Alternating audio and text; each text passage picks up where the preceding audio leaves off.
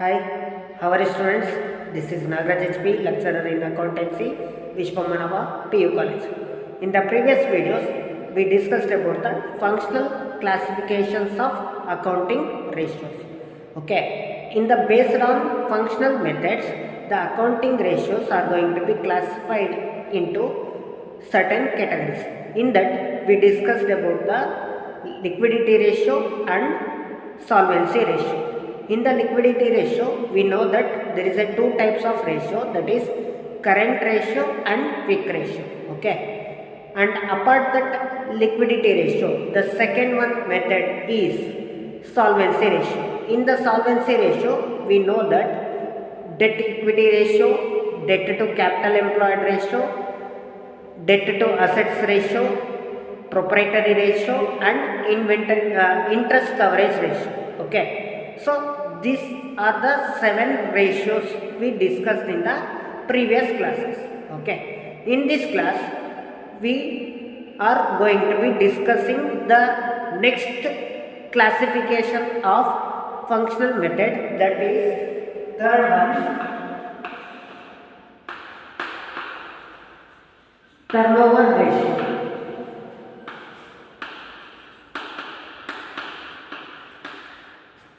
It is the ratio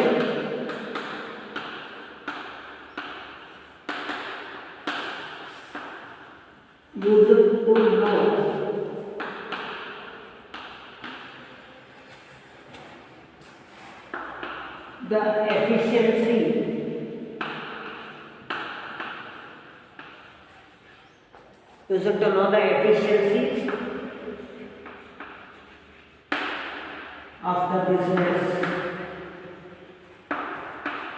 operations based on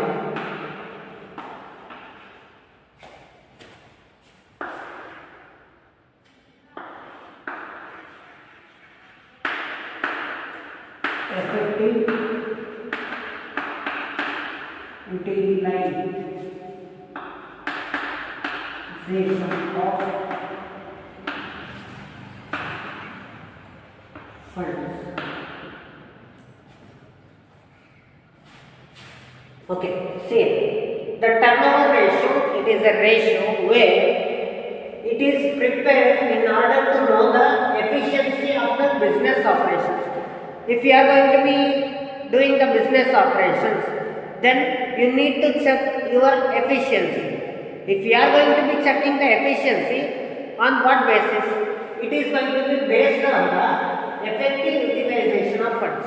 Means, if the funds is going to be invested in a certain assets, so that the company, in order to utilize those assets by investing the funds, what are the benefits which they are going to be received by investing those funds? ಅಂದರೆ ಯಾವುದೇ ಫಂಡ್ಸನ್ನು ನಾವು invest ಮಾಡ್ತಾ ಇದ್ದೀವಿ ಅಂದರೆ ಆ ಇನ್ವೆಸ್ಟ್ಮೆಂಟ್ಸಿಂದ ನಮಗೆ ಏನು benefits ಸಿಗ್ತಾ ಇದೆ, ನಾವು ಆ ಬೆನಿಫಿಟ್ಸ್ನ ಹೇಗೆ ತಗೊತಾ ಇದ್ದೀವಿ, ಆದರೂ ನಮಗೆ ಅದು ವರ್ತ್ ಇದೆಯೋ ಇಲ್ವೋ ಅನ್ನೋದನ್ನು ನಾವೇನು ಮಾಡ್ತೀವಿ, ಚೆಕ್ ಮಾಡ್ತಾ ಹೋಗ್ತೀವಿ. ಸೊ ಆ ಯುಟಿಲೈಸೇಷನ್ನು ನಮಗೆ ಎಫೆಕ್ಟಿವ್ ಆಗಿ ಆಗ್ತಾ ಇದೆಯೋ ಇಲ್ವೋ ಅಂತ ನಾವು ಚೆಕ್ ಮಾಡಲಿಕ್ಕೋಸ್ಕರನೇ ನಾವು ಟರ್ನೋವರ್ ರೇಷಿಯೋಸನ್ನು ನಾವು ಯೂಸ್ ಮಾಡ್ತೀವಿ.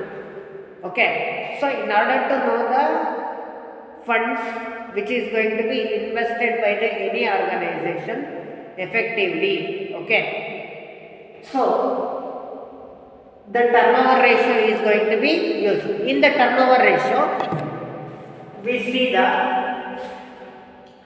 first one ratio is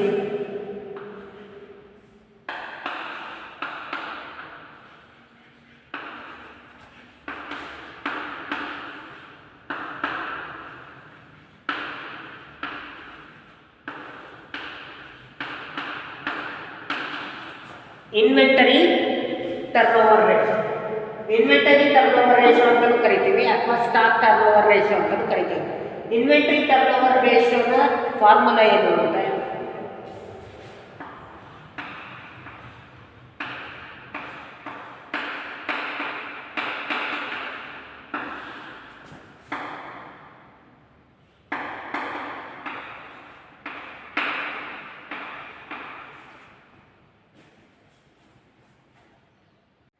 Okay, inventory turnover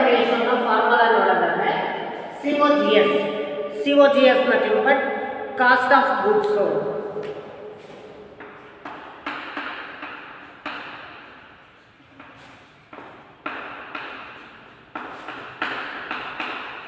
COGS ಅಂದ್ರೇನು? Cost of goods. Or CORFO. CORFO ಅಂದರೆ cost of revenue from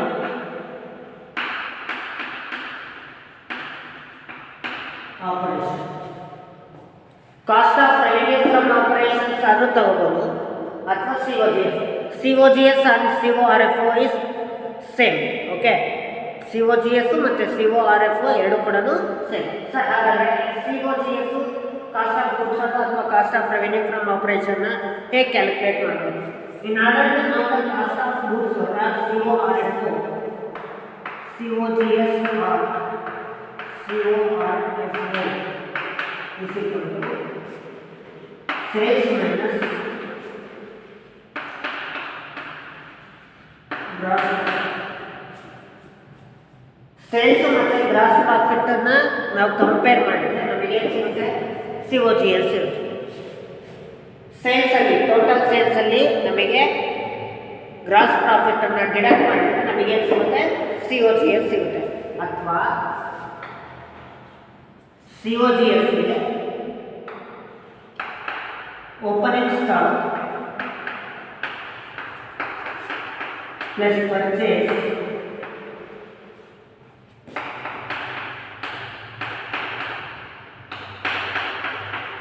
plus direct expenses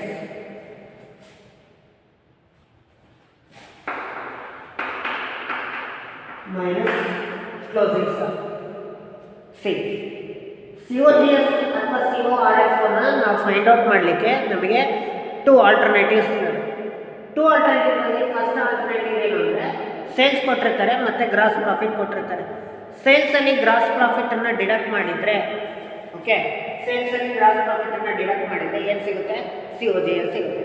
ಅಥವಾ opening stock plus purchase plus direct expenses minus closing stock. Okay, purchase ಮತ್ತು opening stock ಮತ್ತು direct ಎಕ್ಸ್ಪೆನ್ಸಸ್ಸನ್ನು add ಮಾಡಿ closing ಸ್ಟಾಕನ್ನು deduct ಮಾಡಿದರೆ ನಮಗೇನು ಸಿಗುತ್ತೆ? COGS ಸಿಗುತ್ತೆ. Okay, keep it in mind. COGSನ ನಾವು ಕ್ಯಾಲ್ಕುಲೇಟ್ ಮಾಡಲಿಕ್ಕೆ ನಮಗೆ ಟೂ ಆಲ್ಟರ್ನೇಟಿವ್. ಒಂದು ಸೇಲ್ಸ್ ಮೈನಸ್ ಗ್ರಾಸ್ ಪ್ರಾಫಿಟ್, ಎರಡನೇದು opening stock plus purchase plus direct expenses minus closing stock ಮಾಡಿದರೆ ನಮಗೆ ಸಿಗುತ್ತೆ? COGS ಸಿಗುತ್ತೆ. ಹಾಗಾದರೆ ಆವರೇಜ್ ಸ್ಟಾಕ್ ನಾನು ಫೈಂಡ್ ಔಟ್ ಮಾಡಲಿಕ್ಕೆ ಹೇಳ್ಬೇಕು.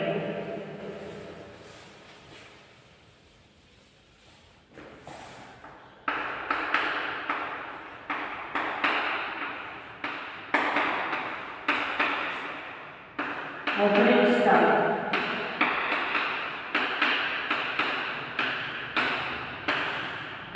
plus closing stock divided by average stock ಬೇಕು ಅಂದರೆ ನಾವೇನು ಮಾಡಬೇಕು?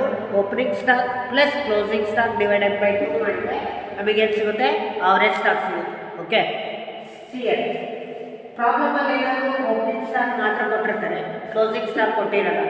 ಅವಾಗ ಓಪನಿಂಗ್ ಸ್ಟಾಕ್ ಇವಾಗ ಫಾರ್ ಎಕ್ಸಾಂಪಲ್ 5000 ಇರುತ್ತೆ ಅಂತ, ಕ್ಲೋಸಿಂಗ್ ಸ್ಟಾಕ್ ಏನು ಕೊಟ್ಟಿರಲ್ಲ. ಅವಾಗ 5000 ಡಿವೈಡೆಡ್ ಬೈ 2 ಮಾಡೋಕ್ಕಿಲ್ಲ, ಡೈರೆಕ್ಟಾಗಿ 5000 it's average stock. Okay, otherwise closing stock 3000 ಕೊಟ್ಟಿರ್ತಾರೆ, ಓಪನಿಂಗ್ ಸ್ಟಾಕ್ ಏನು ಕೊಟ್ಟಿರಲ್ಲ, ಓಪನಿಂಗ್ ಸ್ಟಾಕ್ ಕೊಟ್ಟಿರಲ್ಲ. ಓಕೆ, 3000ನ ಡಿವೈಡೆಡ್ ಬೈ 2 ಅಂತ ಮಾಡೋಕ್ಕಿಲ್ಲ. ಅವಾಗ 3000 it's average stock.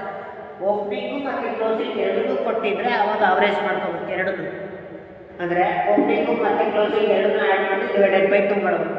In case opening ಇವಾಗ 1000 ಕೊಟ್ಟಿರ್ತಾರೆ ಅಂತ ಅನ್ಕೊಳ್ಳಿ, ಓಪನಿಂಗ್ ಸ್ಟಾಕ್ ಎಷ್ಟಿದೆ? 1000, ಕ್ಲೋಸಿಂಗ್ ಸ್ಟಾಕ್ ಎಷ್ಟಿದೆ? 3000 ಪ್ಲಸ್ 1000 4000 ಡಿವೈಡೆಡ್ ಬೈ 2 ಮಾಡಿದರೆ 2000 ಅವರೇಜ್ ಸ್ಟಾಕ್ ಆಗುತ್ತೆ. ಅವ್ರಿಗೆ ಪಾಯಿಂಟ್ ಸಿ, ಒಂದೇ ಏನಾದರೂ ಸ್ಟಾಕ್ ಕೊಟ್ಟಿದ್ರೆ ಓಪನಿಂಗ್ ಅಥವಾ ಕ್ಲೋಸಿಂಗ್ ಯಾವ್ದಾದ್ರು ಒಂದೇ ಒಂದು ಕೊಟ್ಟಿದ್ರೆ ಅವಾಗ ಡಿವೈಡೆಡ್ ಬೈ 2 ಮಾಡಬೇಡಿ. ಅವರೇಜ್ ಯಾವಾಗ ಮಾಡಬೇಕು? ಡಿವೈಡೆಡ್ ಬೈ 2 ಯಾವಾಗ ಮಾಡಬೇಕು ಅಂದರೆ ಎರಡನ್ನೂ ಕೊಟ್ಟಿದ್ರೆ ಮಾತ್ರ ಡಿವೈಡೆಡ್ ಬೈ 2 ಮಾಡ್ತೀರಾ. ಎರಡರಲ್ಲಿ ಒಂದು ಯಾವ್ದಾದ್ರು ಕೊಟ್ಟಿದ್ರೆ ಡಿವೈಡೆಡ್ ಬೈ 2ನ ಮಾಡೋಕ್ಕಿಲ್ಲ. ಅರ್ಥ ಆಗ್ತದೆ? ಸೊ COGSನ ಕ್ಯಾಲ್ಕುಲೇಟ್ ಮಾಡಿದ್ರೆ ಸೇಲ್ಸ್ ಮೈನಸ್ CP, ಅವರೇಜ್ ಸ್ಟಾಕಿಗೆ ನಮಗೆ opening stock plus closing stock divided by 2. ಇದು inventory turn over ratio under the turn over ratio. Inventory turn over ratio ಆದಮೇಲೆ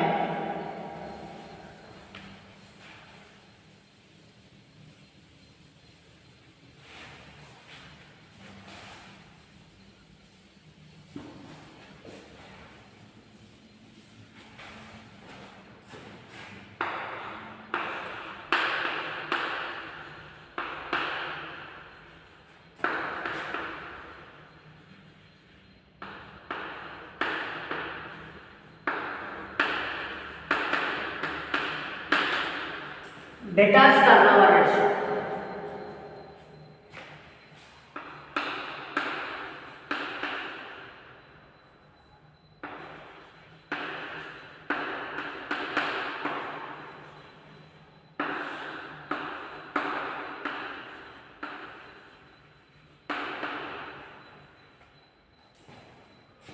Debtors turnover ratio is also called as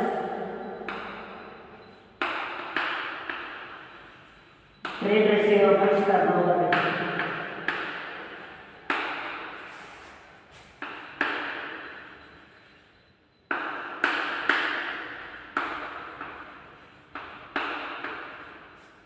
Debtors turnover ratio ನಾವು ಇನ್ನೊಂದು ಹೆಸರಲ್ಲಿ ಕರಿತೀವಿ trade receivable turnover. Net credit sales divided by average debtors or average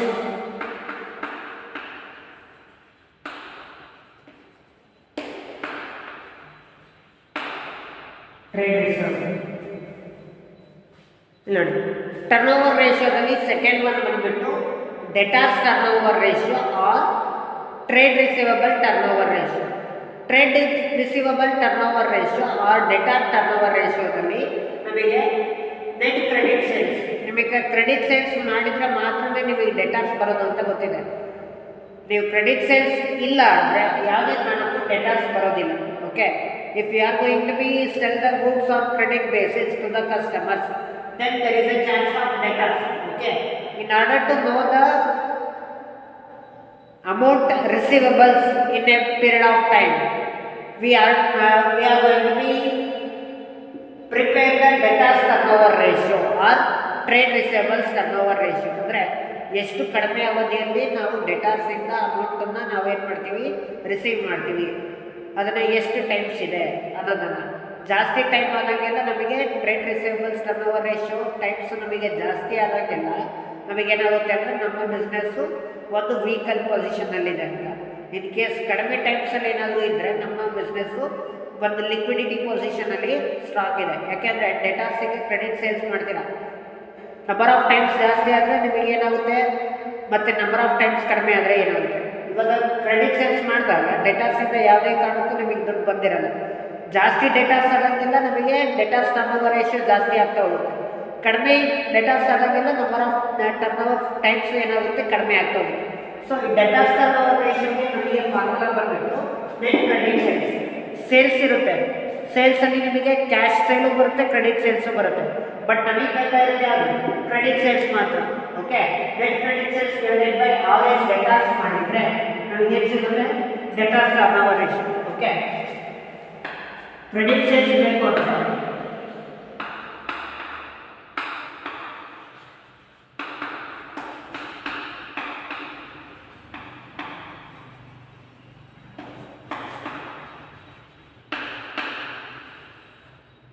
total sales cash sales ಅನ್ನು less ಮಾಡಿದ್ರೆ ನಮಗೆ ಏನು ಸಿಗುತ್ತೆ, ಕ್ರೆಡಿಟ್ ಸೇಲ್ಸ್ ಕೊಟ್ಟರೆ ಸಿಗುತ್ತೆ.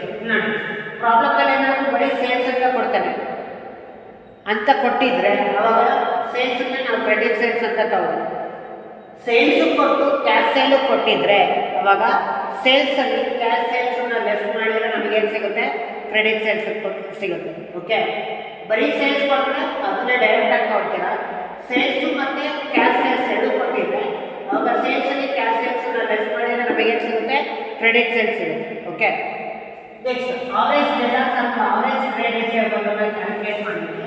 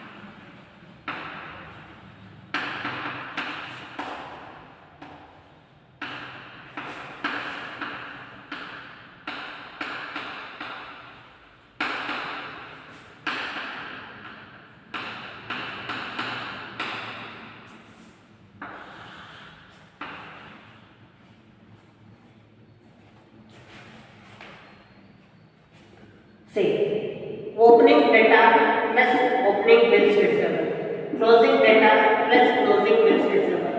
Opening balance data ಇಂದು opening balance bills receivable. ಅದೇ ರೀತಿ closing balance data ಇಂದು closing balance bills receivable. ಈ opening balances ಮತ್ತು closing balances ಎರಡನ್ನೂ ಆ್ಯಡ್ ಮಾಡಿ ಡಿವೈಡೆಡ್ ಬೈ 2 ಮಾಡಿದರೆ ನಮಗೆ ಸಿಗುತ್ತೆ average trade receivable or average data sale. Okay, in case sir ಹಾಗೆ ನೀವು ಇನ್ವೆಂಟ್ರಿ ಟರ್ನ್ ಓವರ್ ರೇಷಿಯೋದಲ್ಲಿ ನಿಮಗೆ ಓಪನಿಂಗ್ ಸ್ಟಾಕು ಕ್ಲೋಸಿಂಗ್ ಸ್ಟಾಕು ಎರಡನ್ನೂ ಆ್ಯಡ್ ಮಾಡಿ ಡಿವೈಡೆಡ್ ಬೈ 2 ಮಾಡಿದರೆ ಆವರೇಜ್ ಸ್ಟಾಕ್ ಹೇಗೆ ಸಿಗುತ್ತೆ ಅಂತ ಹೇಳಿದ್ನಲ್ಲ, ಅದೇ ರೀತಿ ಇದು ಕೂಡ ಓಪನಿಂಗ್ ಬ್ಯಾಲೆನ್ಸಸ್ ಕೊಡ್ತಾರೆ, ಕ್ಲೋಸಿಂಗ್ ಬ್ಯಾಲೆನ್ಸ್ ಏನಾದರೂ ಕೊಟ್ಟಿದ್ದರೆ ಅವಾಗ ಡಿವೈಡೆಡ್ ಬೈ 2 ಮಾಡೋಂಗಿಲ್ಲ. ಅಥವಾ ಕ್ಲೋಸಿಂಗ್ ಬ್ಯಾಲೆನ್ಸ್ ಕೊಡ್ತಾರೆ ಬರೀ ಓಪನಿಂಗ್ ಬ್ಯಾಲೆನ್ಸ್ ಕೊಟ್ಟಿದ್ದರೆ ಅವಾಗಲೂ ಕೂಡ ಡಿವೈಡೆಡ್ ಬೈ 2 ಮಾಡೋಂಗಿಲ್ಲ. ಅವಾಗ ಓಪನಿಂಗ್ ಬ್ಯಾಲೆನ್ಸ್ ಏನಿರುತ್ತೋ ಅದನ್ನೇ ನಾವು ಆವರೇಜ್ ಡೇಟಾಸ್ ಅಂತ ಕನ್ಸಿಡರ್ ಮಾಡ್ತೀವಿ. ಸರ್ ಇನ್ ಕೇಸ್ ಡೇಟಾಸ್ ಕೊಟ್ಟಿರ್ತಾರೆ, ಬಿಲ್ಸ್ ರಿಸೀವಬಲ್ ಕೊಟ್ಟಿರಲ್ಲ, ಇಲ್ಲೂ ಡೇಟಾಸ್ ಕೊಟ್ಟಿರ್ತಾರೆ, ಇಲ್ಲೂ ಬಿಲ್ಸ್ ರಿಸೀವಬಲ್ ಕೊಟ್ಟಿರಲ್ಲ, ಅವಾಗ ಓಪನಿಂಗ್ ಡೇಟಾಸು ಕ್ಲೋಸಿಂಗ್ ಡೇಟಾ ಎರಡನ್ನೂ ಡಿವೈಡೆಡ್ ಬೈ 2 ಮಾಡಿ. ಅಥವಾ ಬಿಲ್ಸ್ ರಿಸೀವಬಲ್ ಕೊಟ್ಟಿರ್ತಾರೆ, ಇಲ್ಲೂ ಬಿಲ್ಸ್ ರಿಸೀವಬಲ್ ಕೊಟ್ಟಿರ್ತಾರೆ, ಇಲ್ಲೂ ಡೇಟಾಸ್ ಕೊಟ್ಟಿರಲ್ಲ, ಇಲ್ಲೂ ಡೇಟಾಸ್ ಕೊಟ್ಟಿರಲ್ಲ, ಈ ಬಿಲ್ಸ್ ರಿಸೀವಬಲ್ ಈ ಬಿಲ್ಸ್ ರಿಸೀವಬಲ್ ಎರಡೂ ಆ್ಯಡ್ ಮಾಡಿ ಡಿವೈಡೆಡ್ ಬೈ 2 ಮಾಡಿ. ಇನ್ ಕೇಸ್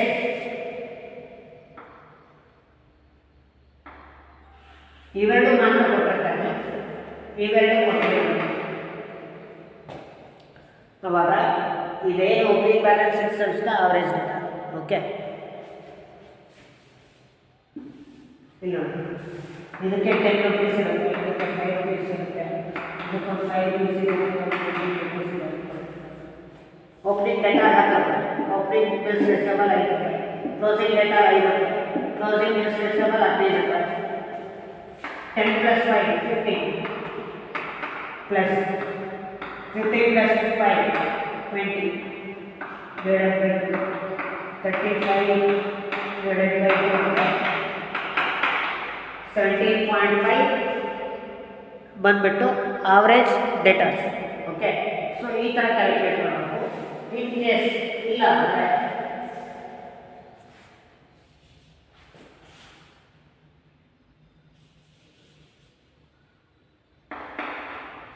ಈ ಥರ ಡೇಟಾ ಬ್ಯಾಲೆನ್ಸಸ್ ಮಾತ್ರ ಮಾಡ್ತಾರೆ. ಆವಾಗ 10 plus 5 ಡಿವೈಡೆಡ್ ಬೈ 2 ಅಂದರೆ 17.7. ಓಕೆ, ಇನ್ ಕೇಸ್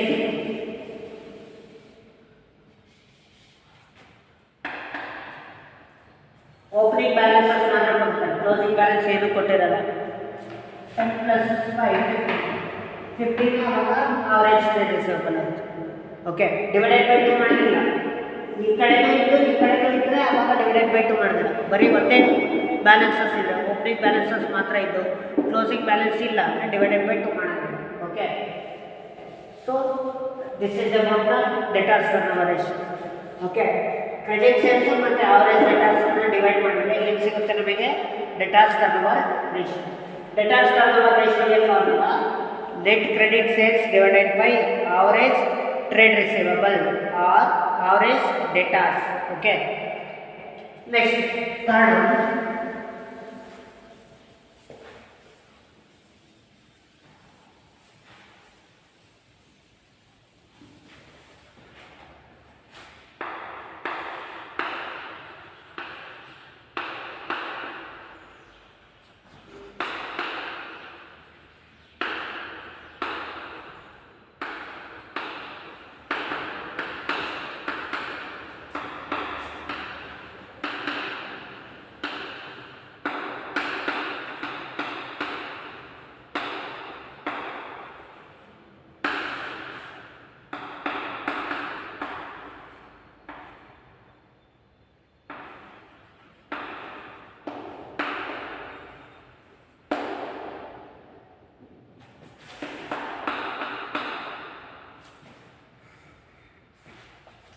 ನೋಡಿ,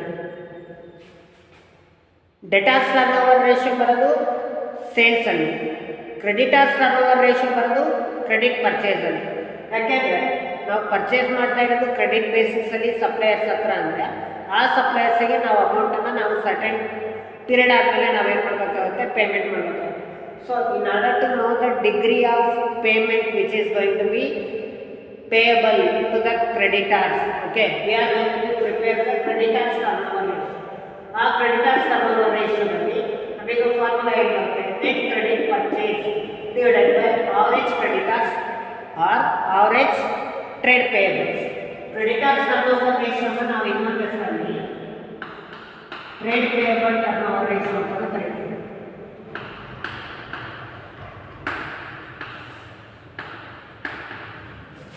ಕ್ರೆಡಿಟರ್ಸ್ ಟರ್ನೋವರ್ ರೇಷಿಯೋ ಅನ್ನೋದು ಅಂದರೆ ಟ್ರೇಡ್ ಪೇಬಲ್ಸ್ ಟರ್ನೋವರ್ ರೇಷಿಯೋ ಅನ್ನೋದು ಅಂದರೆ ಫಾರ್ಮುಲಾ ಬಂದ್ಬಿಟ್ಟು net credit purchase divided by average creditors ಅಥವಾ average trade payables. Okay, net credit ಪರ್ಚೇಸಿಗೆ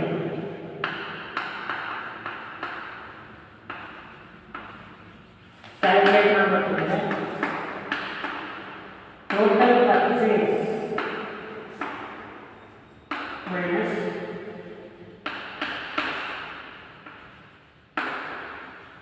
cash purchase.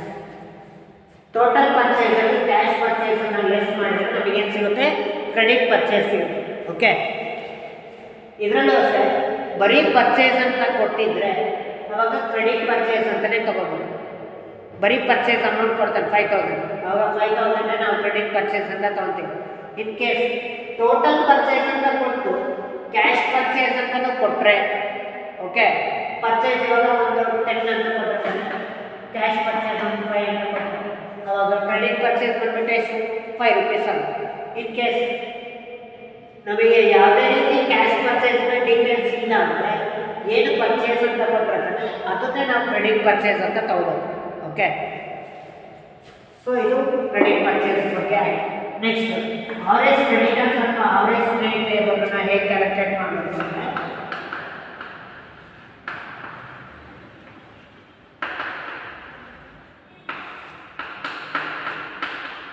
average creditors or average trade payable is equal to opening creditor plus bills payable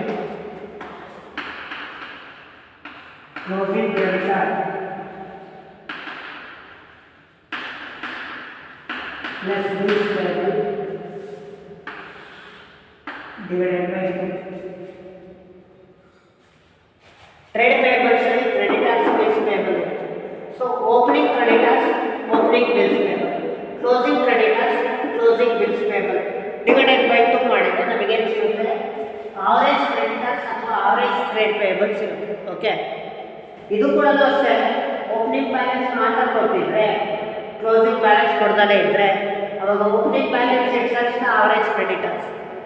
in case opening balance ಕೊಡದಲೇ ಇದ್ದು closing balance ಮಾತ್ರ ಕೊಟ್ಟಿರ್ತಾನೆ ಅವಾಗ closing balance excepts average creditor. Okay, same ಆಗಲೇ average debtors ಹೇಗೆ ಮಾಡಿದ್ರು same procedures is going to be comes under the case of average creditors. Okay, keep it in mind, opening creditor plus opening bills payable, closing creditors plus closing bills payable divided by 2 ಮಾಡಿದ್ರೆ ನಮಗೆ ಏನು ಸಿಗುತ್ತೆ, average creditors ಅಥವಾ average trade payables. Okay, so this is the third one, creditors turnover ratio or trade payables turnover ratio. Okay,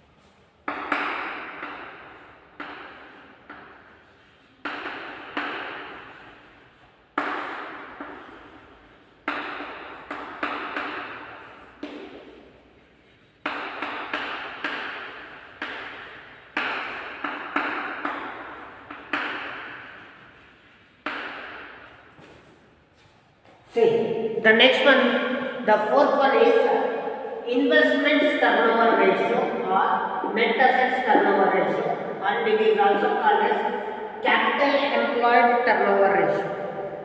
net assets turnover ratio ಅಂತಲೂ ಕರೀತಾರೆ, investments turnover ratio ಅಂತಲೂ ಕರೀತಾರೆ, capital employed turnover ratio ಅಂತಲೂ ಕರೀತಾರೆ.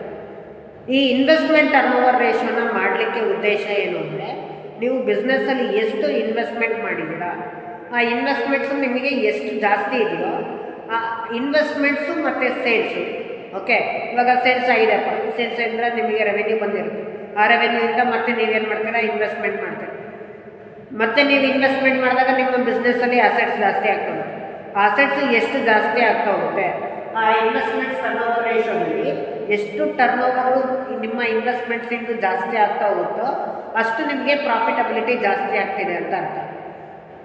If the turnover ratio is going to be decreases, then you are going to be losing your profit, nothing but you are going to be incurring the loss. ನಿಮಗೆ ಈ turnover ರೇಷಿಯೋದಲ್ಲಿ times ನಿಮಗೆ ಎಷ್ಟು ಅಸೆಟ್ಟಿಂದು ಜಾಸ್ತಿ ಆಗ್ತಾ ಹೋಗುತ್ತೆ, ಎಷ್ಟು ನಿಮಗೆ ಅಸೆಟ್ನ ಒಂದು ವ್ಯಾಲ್ಯೂಸು ಜಾಸ್ತಿ ಆಗ್ತಾ ಹೋಗುತ್ತೆ, ಇನ್ವೆಸ್ಟ್ಮೆಂಟ್ ನೆಟ್ ಅಸೆಟ್ಸು ನಿಮಗೆ ಜಾಸ್ತಿ ಆಗ್ತಾ ಹೋಗುತ್ತೆ, ಅಷ್ಟು ನಿಮ್ಮ ಬಿಸ್ನೆಸ್ಸು ಪ್ರಾಫಿಟಬಲ್ ಇದೆ ಅಂತ ಅರ್ಥ. ಅದಕ್ಕೋಸ್ಕರವೇ ಈ ಇನ್ವೆಸ್ಟ್ಮೆಂಟ್ ಟರ್ನೋವರ್ ರೇಷಿಯೋನ ನಾವು ಯಾವುದೋ ಎರಡು ಜೊತೆ ಕಂಪೇರ್ ಮಾಡ್ತೀವಿ ಅಂದರೆ ರೆವೆನ್ಯೂ ಮತ್ತು means revenue from operation nothing but sales. ಆ ಸೇಲ್ಸು ಮತ್ತು ನಿಮ್ಮ ಒಂದು ನೆಟ್ ಅಸೆಟ್ಸ್, ಈ ಸೇಲ್ಸು ಮತ್ತು ಈ ನೆಟ್ ಅಸೆಟ್ಸ್ನ ಎರಡೂ ರಿಲೇಷನ್ಶಿಪ್ಪನ್ನು ನೋಡಿದಾಗ ನಿಮಗೆ ನಂಬರ್ ಆಫ್ ಟೈಮ್ಸು ಜಾಸ್ತಿ ಆದರೆ ಅಸೆಟ್ಟಿಂದು, ಆವಾಗ ನೀವು ಪ್ರಾಫಿಟಲ್ಲಿದ್ದೀರ ಅಂತ. ನಿಮಗೆ ಅಸೆಟ್ಟಿಂದು ನಂಬರ್ ಆಫ್ ಟೈಮ್ಸ್ ಕಡಿಮೆ ಇದ್ದರೆ ಆವಾಗ ನೀವು ಲಾಸ್ ಪೊಸಿಷನಲ್ಲಿ ಇದ್ದೀರ ಅಂತ. ಸೊ ಇನ್ವೆಸ್ಟ್ಮೆಂಟ್ ಟರ್ನೋವರ್ ರೇಷಿಯೋನ ನೀವು ನೆಟ್ ಅಸೆಟ್ಸ್ ಟರ್ನೋವರ್ ರೇಷಿಯೋ ಅಂತನಾದರೂ ಕರಿಬೋದು, ಕ್ಯಾಪಿಟಲ್ ಎಂಪ್ಲಾಯ್ಡ್ ಟರ್ನೋವರ್ ರೇಷಿಯೋ ಅಂತನಾದರೂ ಕರಿಬೋದು. ಪ್ರಾಬ್ಲಮಲ್ಲಿ ನಿಮಗೆ ಕ್ಯಾಪಿಟಲ್ ಎಂಪ್ಲಾಯ್ಡ್ ಟರ್ನೋವರ್ ರೇಷಿಯೋ ಅಂದರೆ ನೀವೇನು ಫಾರ್ಮುಲಾ ಬರೀಬೋದು, net assets divided by capital employed. Capital employed turnover ratio ಅಂತ ಹೇಳಿದರೆ ಇನ್ನೊಂದು ಹೇಳ್ಬೋದು, ಕ್ಯಾಲ್ಕುಲೇಟ್ ಇನ್ವೆಸ್ಟ್ಮೆಂಟ್ ಟರ್ನೋವರ್ ರೇಷಿಯೋ. ಆ ಇನ್ವೆಸ್ಟ್ಮೆಂಟ್ ಟರ್ನೋವರ್ ರೇಷಿಯೋ ಅಂದ್ರೆ ಫಾರ್ಮುಲಾ ಇದೇನೆ, ಯಾಕೆಂದರೆ ನಿಮಗೆ ಮೂರು ಒಂದೇ, ಇನ್ವೆಸ್ಟ್ಮೆಂಟ್ ಟರ್ನೋವರ್ ರೇಷಿಯೋ ಅಂದ್ರೂ ಒಂದೇ, ನೆಟ್ ಅಸೆಟ್ಸ್ ಟರ್ನೋವರ್ ರೇಷಿಯೋ ಅಂದ್ರೂ ಒಂದೇ, ಕ್ಯಾಪಿಟಲ್ ಎಂಪ್ಲಾಯ್ಡ್ ಟರ್ನೋವರ್ ರೇಷಿಯೋ ಅಂದ್ರೂ ಒಂದೇ. ಓಕೆ, ಸೊ ಫಾರ್ಮುಲಾ ಬಂದ್ಬಿಟ್ಟು net sales divided by capital employed or net assets. Capital ಎಂಪ್ಲಾಯ್ಡನ್ನ ಕ್ಯಾಲ್ಕುಲೇಟ್ ಮಾಡೋದು ಹೇಗೆ ಅಂತ ನಿಮಗೆ ಲಾಸ್ಟ್ ಕ್ಲಾಸಲ್ಲಿ ಹೇಳಿದ್ದೆ, ಅರ್ಥ ಇರಬೇಕು. ಅದು ಒಂದ್ಸಲ ಬರೀತೀನಿ. ಕ್ಯಾಪಿಟಲ್ ಎಂಪ್ಲಾಯ್ಡ್ ನೋಡಿ,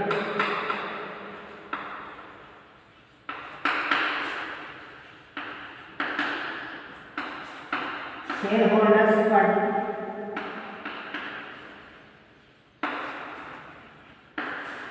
ಪ್ಲಸ್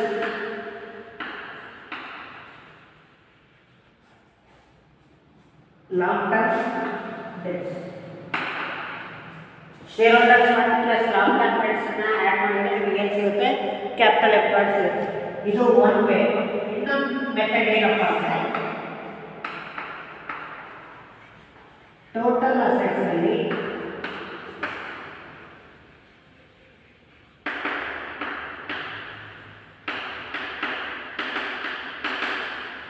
ಕರೆಂಟ್ ಲ್ಯಾಬಿಲಿಟೀಸನ್ನು ಲೆಸ್ ಮಾಡಿದರೆ ನಮಗೆ ಏನು ಸಿಗುತ್ತೆ, capital employed or net assets ಸಿಗುತ್ತೆ. Capital employed or net assets calculate ಮಾಡಬೇಕಂದ್ರೆ shareholders fund plus long term ಡೆಟ್ಸ್ನ ಆ್ಯಡ್ ಮಾಡಿದರೆ ಕ್ಯಾಪಿಟಲ್ ಎಂಪ್ಲಾಯ್ಡ್ ಸಿಗುತ್ತೆ. ಅಥವಾ ಟೋಟಲ್ ಅಸೆಟ್ಸಲ್ಲಿ ಕರೆಂಟ್ ಲ್ಯಾಬಿಲಿಟೀಸ್ನ ಲೆಸ್ ಮಾಡಿದರೆ ನಮಗೆ ಏನು ಸಿಗುತ್ತೆ, ಕ್ಯಾಪಿಟಲ್ ಎಂಪ್ಲಾಯ್ಡ್ ಅಥವಾ ನೆಟ್ ಅಸೆಟ್ಸ್ ಸಿಗುತ್ತೆ. ಓಕೆ, ಶೇರ್ ಹೋಲ್ಡರ್ಸ್ ಫಂಡಲ್ಲಿ ಏನೇನಿರುತ್ತೆ ಗೊತ್ತಿರ್ತದೆ, ಶೇರ್ ಕ್ಯಾಪಿಟಲ್ ಮತ್ತು ರಿಸರ್ವ್ಸ್ ಅಂಡ್ ಸರ್ಪ್ಲಸ್. ಶೇರ್ ಕ್ಯಾಪಿಟಲಲ್ಲಿ ಏನಿರುತ್ತೆ, ಒಂದು ಈಕ್ವಿಟಿ ಕ್ಯಾಪಿಟಲ್ ಇರುತ್ತೆ ಮತ್ತು ಪ್ರಿಫರೆನ್ಸ್ ಕ್ಯಾಪಿಟಲ್ ಇರುತ್ತೆ. ರಿಸರ್ವ್ಸ್ ಅಂಡ್ ಸರ್ಪ್ಲಸಲ್ಲಿ ಏನಿರುತ್ತೆ, ಜನರಲ್ ರಿಸರ್ವ್ಸ್ ಇರುತ್ತೆ, ರಿಸರ್ವ್ ಫಂಡ್ ಇರುತ್ತೆ, ಡಿಬೆಂಚರ್ ರಿಡಂಪ್ಷನ್ ರಿಸರ್ವ್ಸ್ ಇರುತ್ತೆ, ಪ್ರಾಫಿಟ್ ಇರುತ್ತೆ. ಸೊ ಇದಿಷ್ಟು ನಿಮಗೆ shareholders fund. Long term ಡೆಟ್ಸಲ್ಲಿ ಏನಿರುತ್ತಪ್ಪ, ಲಾಂಗ್ ಟರ್ಮ್ ಬಾರೋಯಿಂಗ್ಸ್ ಇರುತ್ತೆ ಅಥವಾ ಡಿಬೆಂಚರ್ಸ್ ಇರುತ್ತೆ. ಆ ಲಾಂಗ್ ಟರ್ಮ್ ಬಾರೋಯಿಂಗ್ಸು ಡಿಬೆಂಚರ್ಸ್ ಏನು ಲಾಂಗ್ ಟರ್ಮ್ ಬಾರೋಯಿಂಗ್ಸ್ ಇಲ್ಲ ಅಂದರೂ ಡಿಬೆಂಚರ್ಸ್ ಅಂತೂ ಪಕ್ಕ ಕೊಟ್ಟಿರ್ತಾರೆ. ಪ್ರಾಬ್ಲಮ್ ಡಿಬೆಂಚರ್ಸ್ ಅಂತ ಬಂದಾಗ ನಿಮಗೆ ಅದು ಲಾಂಗ್ ಟರ್ಮ್ ಡೆಟ್ಸ್ ಅಂತ ನಿಮ್ಮ ಮೈಂಡಲ್ಲಿ ಬರಬೇಕು. Okay, shareholders fund long term ಡೆಟ್ಸ್ನ ಆ್ಯಡ್ ಮಾಡಿದ್ರೆ ಸಿಗುತ್ತೆ ಕ್ಯಾಪಿಟಲ್ ಎಂಪ್ಲಾಯ್ಡ್ ಅಥವಾ net assets. Okay, total assets minus current liabilities ಮಾಡಿದ್ರೆ ಏನು ಸಿಗುತ್ತೆ, ಟೋಟಲ್ ನೆಟ್ ಅಸೆಟ್ಸ್ ಅಥವಾ ಕ್ಯಾಪಿಟಲ್ ಎಂಪ್ಲಾಯ್ಡ್. ಇದು ಕ್ಯಾಪಿಟಲ್ ಎಂಪ್ಲಾಯ್ಡ್. ಸೇಲ್ಸ್ ನಿಮಗೆ ಓಕೆ, ಪ್ರಾಬ್ಲಮಲ್ಲಿ ಸೇಲ್ಸ್ ಕೊಟ್ಟಿರ್ತಾರೆ, ನೆಟ್ ಸೇಲ್ಸ್ ಬೇಕು, ಬರೀ ಸೇಲ್ಸ್ ಅಂತ ಕೊಟ್ಟು ಕೆಳಗಡೆ ಸೇಲ್ಸ್ ರಿಟರ್ನ್ ಅಂತ ಏನಾದರೂ ಕೊಟ್ಟಿದ್ರೆ ಸೇಲ್ಸಲ್ಲಿ ಸೇಲ್ಸ್ ರಿಟರ್ನನ್ನು ಲೆಸ್ ಮಾಡಿದರೆ ನೆಟ್ ಸೇಲ್ಸ್ ಇರುತ್ತೆ. ಸೇಲ್ಸ್ ರಿಟರ್ನೇ ಕೊಟ್ಟಿಲ್ಲ, ಬರೀ ಸೇಲ್ಸ್ ಕೊಟ್ಟಿರ್ತಾನೆ, ಅವಾಗ ಸೇಲ್ಸ್ ಏನು ವ್ಯಾಲ್ಯೂ ಕೊಟ್ಟಿರ್ತಾನೆ ಅದೇ net sale. Okay, sales sales ರಿಟರ್ನನ್ನು ಎರಡನ್ನೂ ಕೊಟ್ಟಿದ್ರೆ ಇವಾಗ ಸೇಲ್ಸಲ್ಲಿ ಸೇಲ್ಸ್ ರಿಟರ್ನನ್ನು ಲೆಸ್ ಮಾಡಿ, ಸೇಲ್ಸ್ ರಿಟರ್ನ್ ಬಗ್ಗೆ ಅವನೇನು ಹೇಳಲೇ ಇಲ್ಲ ಅಂದರೆ ಅವಾಗ ಡೈರೆಕ್ಟಾಗಿ ಅದನ್ನು ಅಮೌಂಟ್ ತೊಗೊಂಡು ನೆಟ್ ಸೇಲ್ಸ್. ಓಕೆ, ಸೇಲ್ಸಲ್ಲಿ ಕ್ಯಾಪಿಟಲ್ ಎಂಪ್ಲಾಯ್ಡನ್ನು ಡಿವೈಡ್ ಮಾಡಿದರೆ ನಮಗೆ ಏನು ಸಿಗುತ್ತಪ್ಪ, ನೆಟ್ ಅಸೆಟ್ಸ್ ಟರ್ನೋವರ್ ರೇಷಿಯೋ ಅಥವಾ capital employed turnover ratio. Okay, so this is the fourth one and the next is one.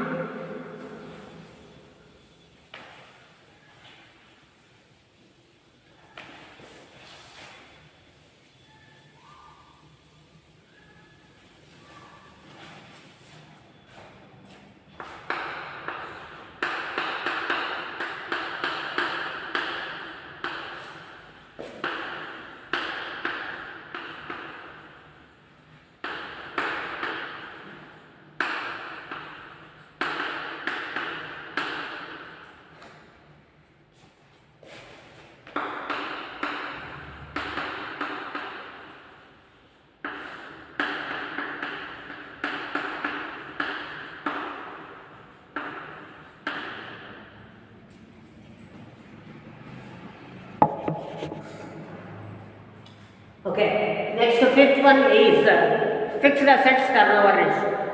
Fixed assets turnover ratio, it is going to be prepared in order to know the investments made by the business on the fixed assets by utilizing the revenues which is going to be earned.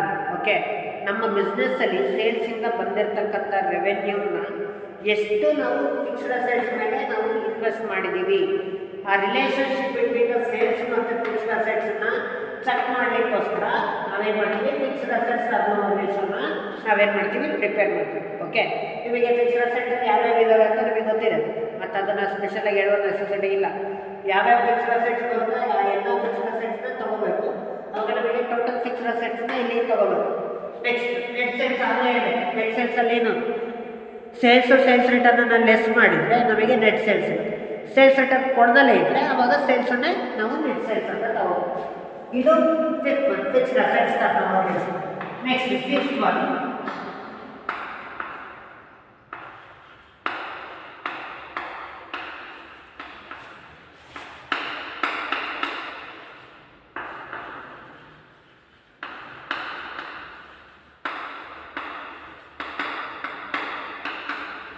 working capital turnover ratio.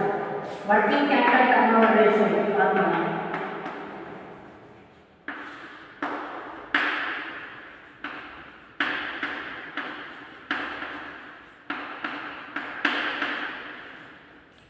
Net sales divided by working capital. Working capital na ಹೇಗೆ ನಾವು calculate ಮಾಡಬೇಕು? Working capital is equal to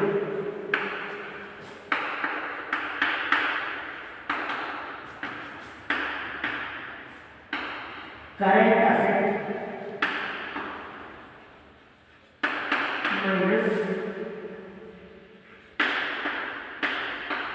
current liabilities.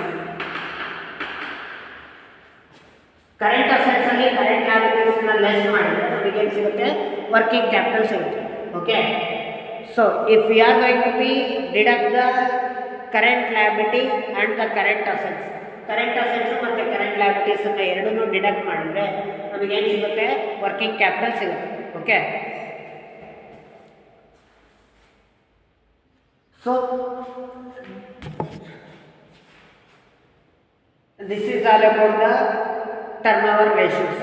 Okay, turnover ರೇಷಿಯೋದಲ್ಲಿ ನಿಮಗೆ ಎಷ್ಟು 6 ratios ಇದೆ. Okay, liquidity ರೇಷಿಯೋದಲ್ಲಿ 2, solvency ರೇಷಿಯೋದಲ್ಲಿ 5, 5 + 2 7. Okay, turnover ರೇಷಿಯೋದಲ್ಲಿ 6, 7 + 6 13 ratios ಆಗಿದೆ. ಎಷ್ಟು? 13 ರೇಷಿಯೋಸ್. ಈ 13 ರೇಷಿಯೋಸನ್ನು ನೀವು ಏನು ಮಾಡಬೇಕಾಗುತ್ತೆ, ಕಲಿಬೇಕಾಗುತ್ತೆ.